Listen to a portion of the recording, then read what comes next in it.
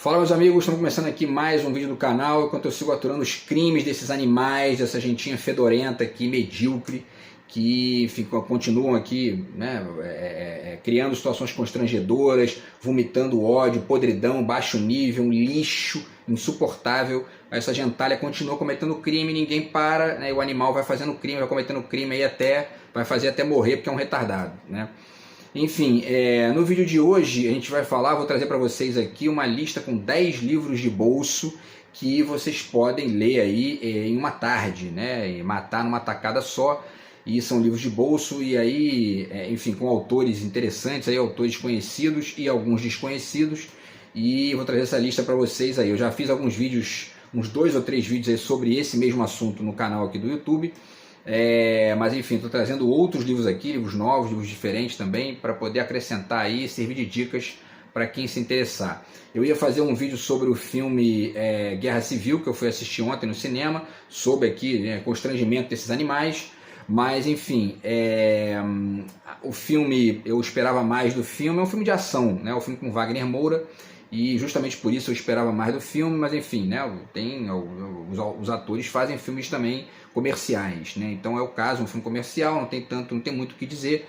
E aí eu falei, não vai encher o vídeo inteiro, prefiro de repente então fazer sobre um outro tema aqui, sobre um outro assunto, tá? E enfim, estou trazendo essa lista para vocês aí, tá? Antes eu deixo para vocês mais uma vez aqui a dica do meu novo livro de poemas, do outro lado de cá, tá aqui. Quem quiser entrar em contato aí, tá, o zap tá na descrição do vídeo, e quem conseguir furar o bloqueio dessa gentinha nojenta, né, desses criminosos que seguem vomitando ódio aqui na minha vida, a gente tenta conversar sobre o livro aí, tá bom? Então, pessoal, vamos lá. Tá? O primeiro livro da lista é um romance, tá? É um romance chamado A Queda, do Albert Camus, tá? Grande escritor francês aí, enfim, né? Um cara que estava ali naquele debate do existencialismo, com o Sartre também. Tem uma série de publicações a esse respeito, as pendengas lá entre os dois. Então, enfim, tá aí A Queda, que é um romance interessante aqui do Albert Camus, que é autor também de outros clássicos aí da literatura, enfim, O Estrangeiro, tá aí O Mito de Sísifo, vários outros livros interessantes aí do Camus, A Peste também. Esse A Peste eu não li ainda, tá aqui na minha lista também. E A Queda, então, é um romance dele, um romance curto, tá? É um livro de bolso, né? Ele tem 110 páginas, mas como é um livro de bolso, né? Então as letras são menores, a quantidade de linhas ali também é menor, e você consegue matar numa tacada só, tá? E o Camus, enfim, um autor interessante aí que vale muito a pena. Esse romance aqui, ele conta, tá aqui, eu vou ler rapidamente aqui a parte de trás aqui do livro, que explica bem, resume a história, né? Um advogado francês faz seu exame de consciência num bar de marinheiros em Amsterdã. O narrador, autodenominado juiz penitente, denuncia a própria natureza humana misturada a um penoso processo de autocrítica.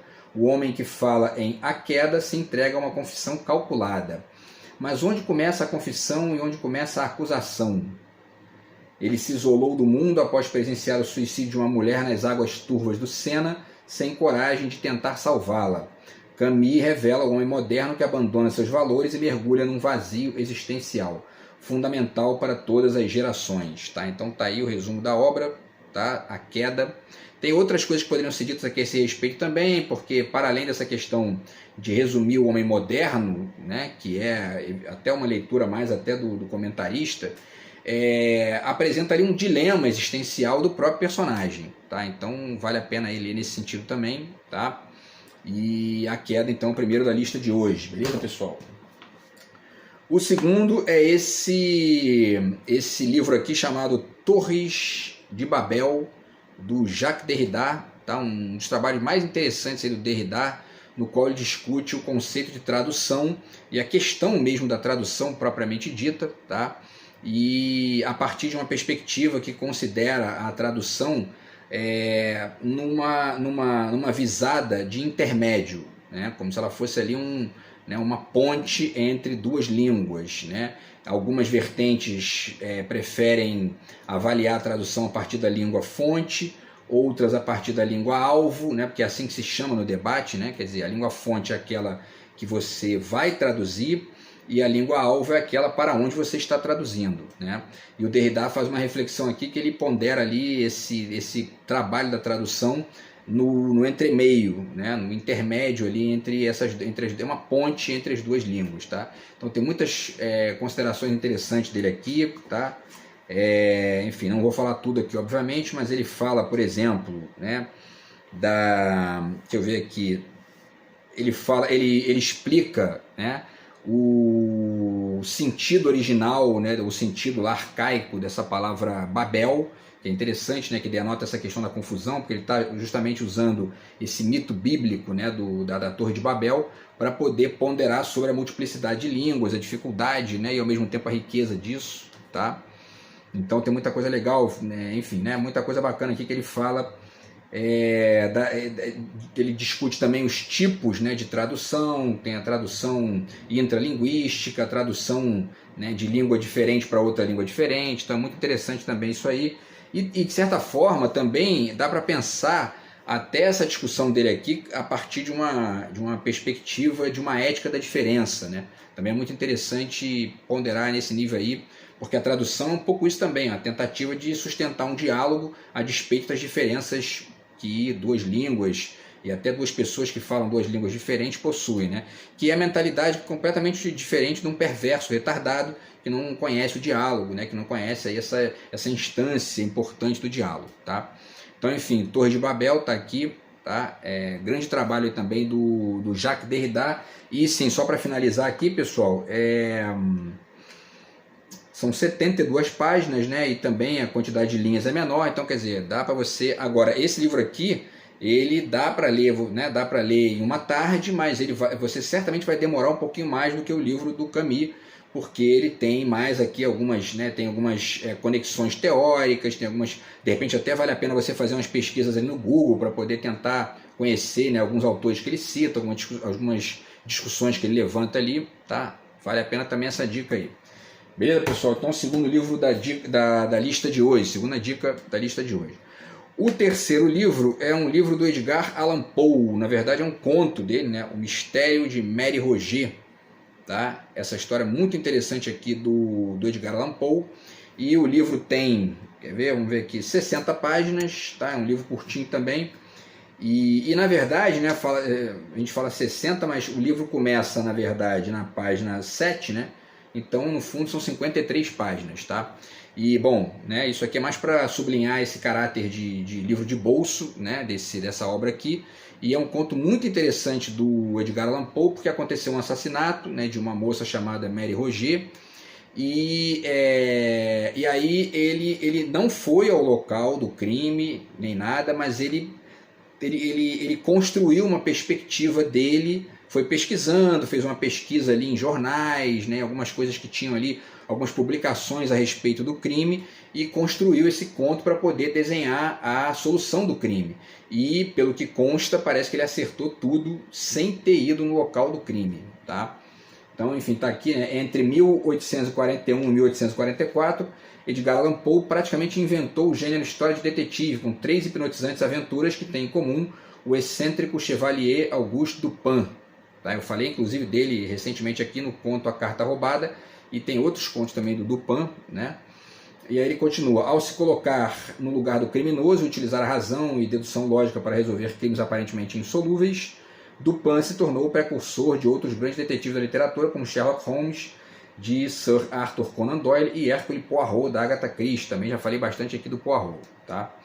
E aí eles falam aqui do livro, né? Esta edição traz o enigmático mistério de Mary Roget, 1842, conto baseado num fato verídico que ocorreu nos arredores de Nova York em 1841, quando o corpo da bela e jovem Mary Rogers, quer dizer, a história aconteceu nos Estados Unidos, tá?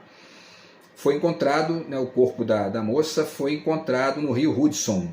A história ficcionalizada e ambientada em Paris por Poe, juntamente com assassinatos na Rua Morgue e A Carta Roubada, forma a inigualável trilogia Dupin, tá? Então tem aí, além de tudo, tem essa trilogia do Auguste Dupin, é uma das 3 histórias do detetive do Edgar Allan Poe, que foi o inventor, né, do conto de detetive, das histórias de detetive, tá? É o inventor do conto, de detetive, é um inventor praticamente aí, né, uma figura singular na história da literatura, tá? Então tá aqui esse livro do Edgar Allan Poe, que é o nosso terceiro da lista de hoje. O quarto da lista de hoje, tá, que é um livro de bolso também, é esse livro aqui do Salvador Dalí, que é o Libelo contra a Arte Moderna. Tá? Então também é um livro de bolso aqui da LPM, certo? E o Salvador Dalí faz aquele papel do artista, né, que é questionar as diretrizes, questionar ali, enfim, a estruturação lógica, simbólica do movimento artístico que ele mesmo ajudou ali a ampliar, que foi, enfim, o que se chama de vanguardas, que é o modernismo, e o modernismo da Europa, né? E no caso do Dalí especificamente, o surrealismo, tá? E ele começou a questionar, inclusive, aqui uma série de coisas ligadas a essa ideia de modernidade e tudo mais. Está aqui o Libelo contra a Arte Moderna, do Salvador Dalí, tá? Então tem várias referências interessantes. Só para vocês terem uma ideia aqui, também um trechinho daqui da contracapa.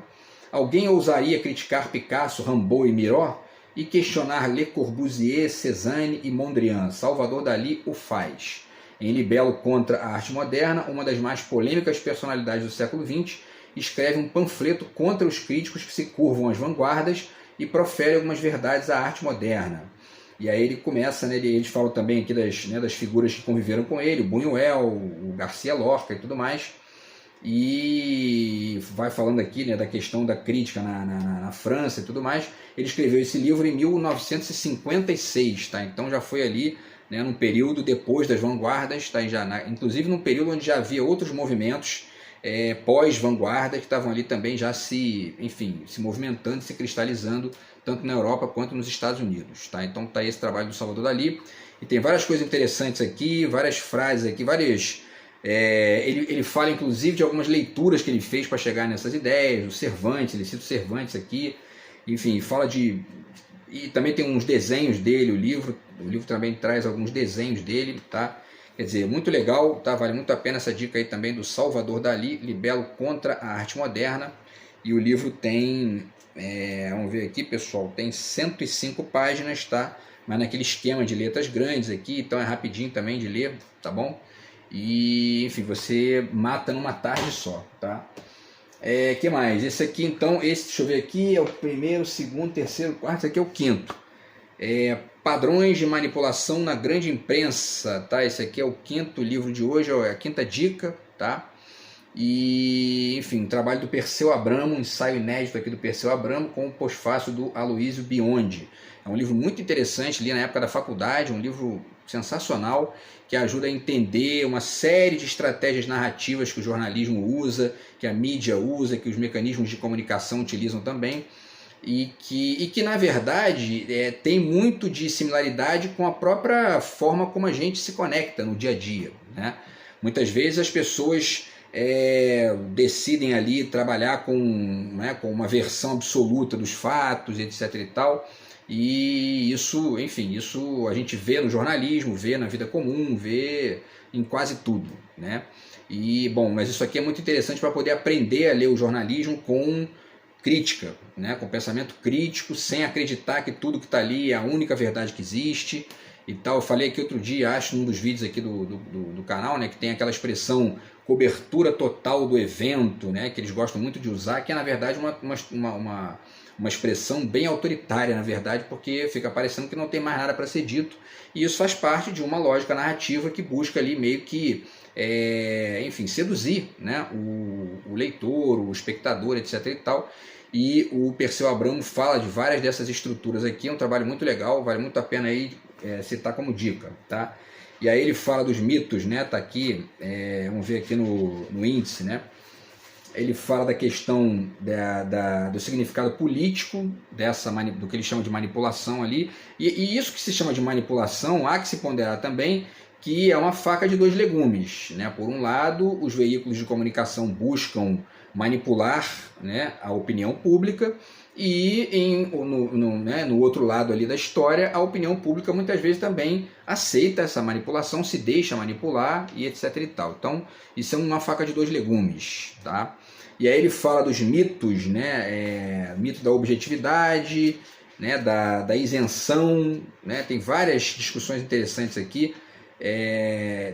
A objetividade, a isenção, a imparcialidade, né? São esses mitos aí que vigoram, né, na prática jornalística, na prática da mídia, na prática da comunicação, e é importante a gente conhecer para ser um leitor, um espectador crítico, né, e ter inclusive mecanismos para poder perceber essas sutilezas. Tá? Então tá aí o trabalho do Perseu Abramo, Padrões de Manipulação na Grande Imprensa, livro também muito bom aqui, também é um livro curto, tá? Você vê ler aí, tem 63 páginas, tá? E você lê rapidinho aí, também é muito legal. Esse aqui inclusive é uma escrita mais, né, mais comum, não tem tanta complexidade, dá para ler mais rápido, tá? Sexto livro da nossa dica, da nossa lista, tá? Sexta dica aqui, né, da nossa lista de hoje, é um trabalho da Heloísa Maria Murgel Starling, tá aqui, ó, tá?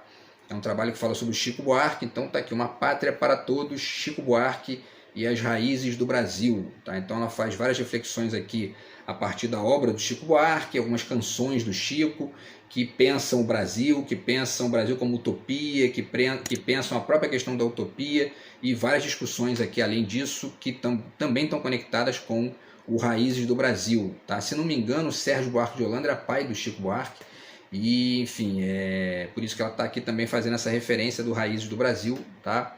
A Heloísa Maria Murgel Starling, tá? E aí, enfim, ela fala também aqui do disco, né? Porque tem um disco do Chico Buarque que se chama Para Todos, e aí ela diz aqui, né? O lançamento do disco Para Todos em 1993 interrompe um jejum de 5 anos sem gravações de Chico Buarque. Após um intervalo dedicado à literatura, o compositor oferece ao seu público uma obra de plena maturidade artística e musical, revisitando canções de antigos repertórios, atualizando questões que sempre estiveram presentes em sua obra, ou compondo novos clássicos do cancioneiro popular. Em Para Todos, Chico Buarque nos fornece um retrato poético de sua trajetória, tá? E aí ela utiliza aqui essa trajetória, né, esse retrato, né, na verdade, poético das canções do Chico, para poder pensar questões ligadas ao Brasil e tudo mais, tá? Então tem uma série de coisas interessantes aqui.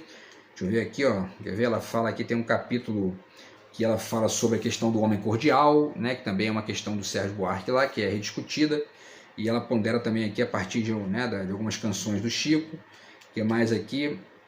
E fala também da questão do desterro, né, que também é interessante, porque tem a ver com essa coisa, né, da pessoa que sai do seu país, vai para outro país, fica lá e tal. E, enfim, é uma discussão longa aí que ela faz aqui, utilizando as músicas do Chico Buarque e outras obras aqui para refletir também em diálogo com ele, tá? Então, enfim, vale muito a pena aí. Esse livro, inclusive eu comprei na Primavera dos Livros, que é uma feira muito bacana que tem lá em Botafogo, tá? Ali aliás, desculpe, no Catete, tá? E enfim, vale muito a pena, todo ano tem, por volta de setembro, outubro, tá? E aí, enfim, vale essa dica aí, que a gente acha essas preciosidades, beleza, pessoal? Vamos ver o tempo aqui. Então, o sétimo livro da lista é esse livro aqui, que na verdade é uma compilação de textos curtos do Goethe, tá? Johann Wolfgang von Goethe, tá? Que é um dos grandes pensadores da Alemanha, e aqui tem textos dele sobre literatura, tá? Então destaco inclusive aqui texto dele sobre Shakespeare, né? E inclusive ele faz aqui uma análise comparada, uma reflexão comparada entre a contribuição do drama shakespeariano e a tragédia grega, as diferenças ali, que também é muito interessante esse texto do Goethe, para poder pegar essas sutilezas aqui, essas diferenças, tá? E aí, enfim, tem outras coisas aqui também, deixa eu ver aqui os textos, tá? São 4 textos, na verdade, né? Tem um texto chamado Aos Jovens Poetas, certo? Porque, inclusive, o Goethe é uma figura que está ali, né, construindo uma narrativa sobre a formação da literatura alemã, a formação da própria identidade alemã, tá? Em diálogo com o romantismo alemão também, né? O segundo texto é o Comentário à Poética de Aristóteles, tá? O terceiro é Paródia de Shakespeare, e o quarto, Shakespeare e o Sem Fim. Então são nesses textos aqui que ele faz essa comparação ali, esse estudo comparado entre o Shakespeare, o drama shakespeariano, e a tragédia grega, tá? Então tá aqui, trabalho muito interessante aí do Goethe, e também é um livro bem rapidinho, porque esse aqui então, as letras são grandes, o espaçamento aqui também é grande, então, e são, acho que não tem, deixa eu ver aqui, deixa eu ver aqui, são 60 não, são 57 páginas, tá? 57 páginas, então é bem rapidinho, você mata também numa tarde só, beleza, pessoal? Oitavo da lista de hoje é esse livro aqui também muito interessante do Antoine Compagnon, tá? Que é um pensador francês. Eu estou com outros livros dele aqui para ler também. Esse aqui chama-se Literatura para Quê? Né? É uma reflexão sobre o valor da literatura, a importância da literatura e ao mesmo tempo aí, muitas vezes a crise, né, que a literatura acaba caindo aí por conta de muitas vezes de um tratamento equivocado por parte da sociedade e tudo mais, tá? Então, esse trabalho bem legal aqui também do Antoine Compagnon, Literatura para Quê? Tá? Ele é professor, né, da Universidade de Columbia, em Nova York, e do Collège de France, também na França. Tá? Então, ele discute aqui as relações da literatura com o mercado, por exemplo, tá? Discute que mais? A conexão da literatura com a sociologia e também com a antropologia. Que mais aqui? Deixa eu ver. Cadê aqui? Ele fala também sobre a importância da crítica, né, da crítica literária, que também é importante para poder contribuir com isso. O que mais, pessoal? E, enfim, fala sobre a questão também da religião, né, também pondera ali alguns detalhes sobre a religião, enfim. Então, todos esses assuntos aqui conectados com essa questão principal do livro, que é discutir o valor, a importância da literatura, tá, e a função, de certa forma, da literatura na sociedade. Tá? Então, tá essa dica, mais uma dica aí, que é a oitava, tá, do nosso vídeo de hoje. Então faltam dois.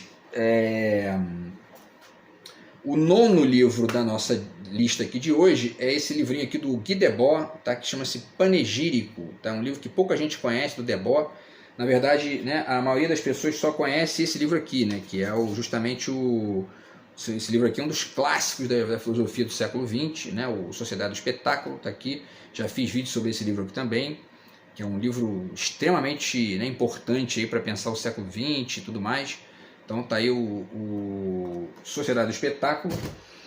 Agora, esse livrinho aqui do Debord, panegírico, né, que essa expressão panegírico significa um elogio, né, que é um elogio posterior, tá? E, enfim, e aí ele comenta aqui, né, várias coisas que ele foi vendo depois que realmente aconteceram, praticamente todas como ele ponderou, sempre lembrando, né, já fiz vídeo falando sobre isso, que existem algumas alterações, algumas correções que a gente pode fazer em alguns conceitos que o Debord usa, por exemplo, a forma como ele elabora a ideia de imagem, por exemplo, dá para discutir ali vários senões e tudo mais.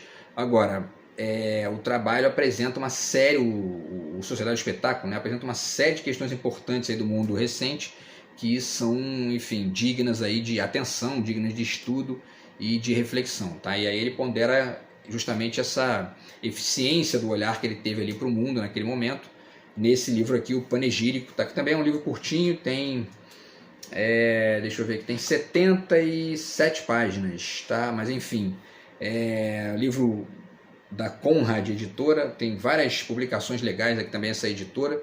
E o fato é que os verbetes, as letras, né, são grandes e tal, então também você consegue acabar aí rapidamente numa tarde só. Tá? E ele diz aqui, o texto aqui de trás, né, que na verdade é uma transcrição, é um comentário feito no Le Nouvel Observateur, que é um jornal francês, em 72. Tá? Então diz: o autor de A Sociedade do Espetáculo sempre foi tido como um cérebro discreto, mas incontestável. No centro da constelação mutante dos brilhantes conjurados subversivos da Internacional Situacionista, uma espécie de frio enxadrista conduzindo com rigor a partida da qual ele previu cada lance.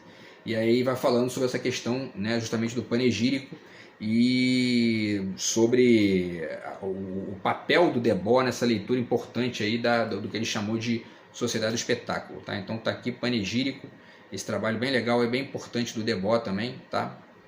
E tudo mais. E para finalizar, pessoal, vamos ver o tempo aqui, o último da lista é esse livrinho aqui, chamado Darwin e a Evolução em 90 minutos. Isso aqui na verdade é uma coleção da Georges Zahar, tá? E o Paul Strathern é o autor, certo? E ele é o autor dos outros também dessa mesma coleção.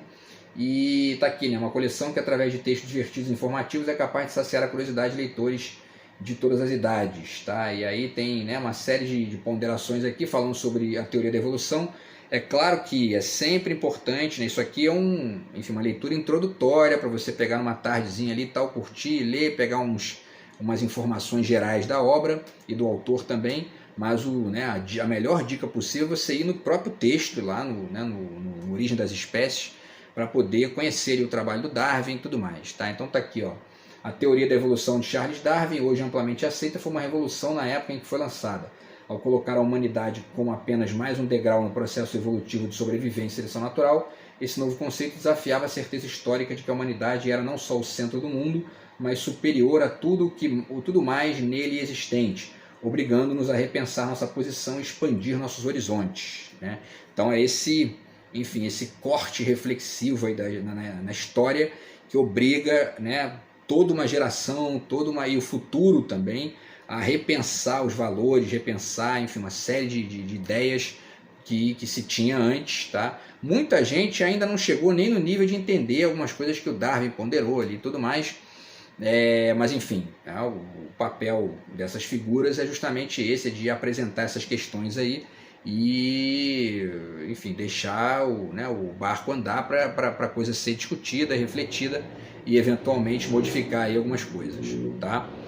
Então, enfim, pessoal, esse aqui foi e aí tem mais nojeira aqui dessa gentalha, né?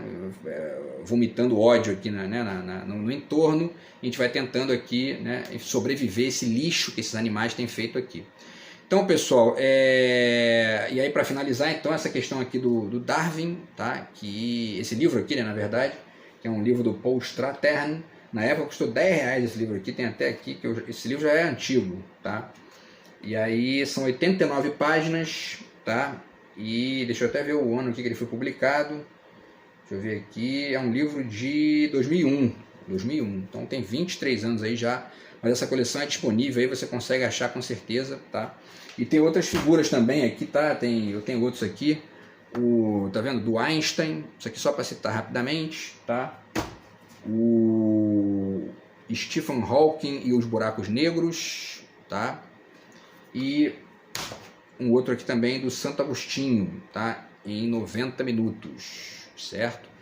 E aí, então, tem vários outros aqui, né? Tem várias outras figuras aqui que aparecem nessa coleção, mas os que eu tenho são esses aqui. Beleza, pessoal? Então é isso. Esse foi o vídeo de hoje aí, tá? Com essas 10 dicas de livros de bolso que você pode ler numa tarde, tá? E aí amanhã a gente volta aqui com um vídeo novo. Enquanto esses animais, esse lixo de gente não destrói aqui a minha vida, eu vou fazendo, não finaliza, né, a destruição, porque eles já estão destruindo tudo há muito tempo, se divertindo aqui, vomitando ódio, enchendo o saco, baixo nível, podridão. E é isso que essa gentinha medíocre sabe fazer. E enfim, vou tentando aqui sobreviver esses animais, tá? Amanhã trago aqui para vocês mais um vídeo do canal. Enquanto eles não destruírem, eu vou fazendo, beleza? Grande abraço aí, tamo junto. Fui.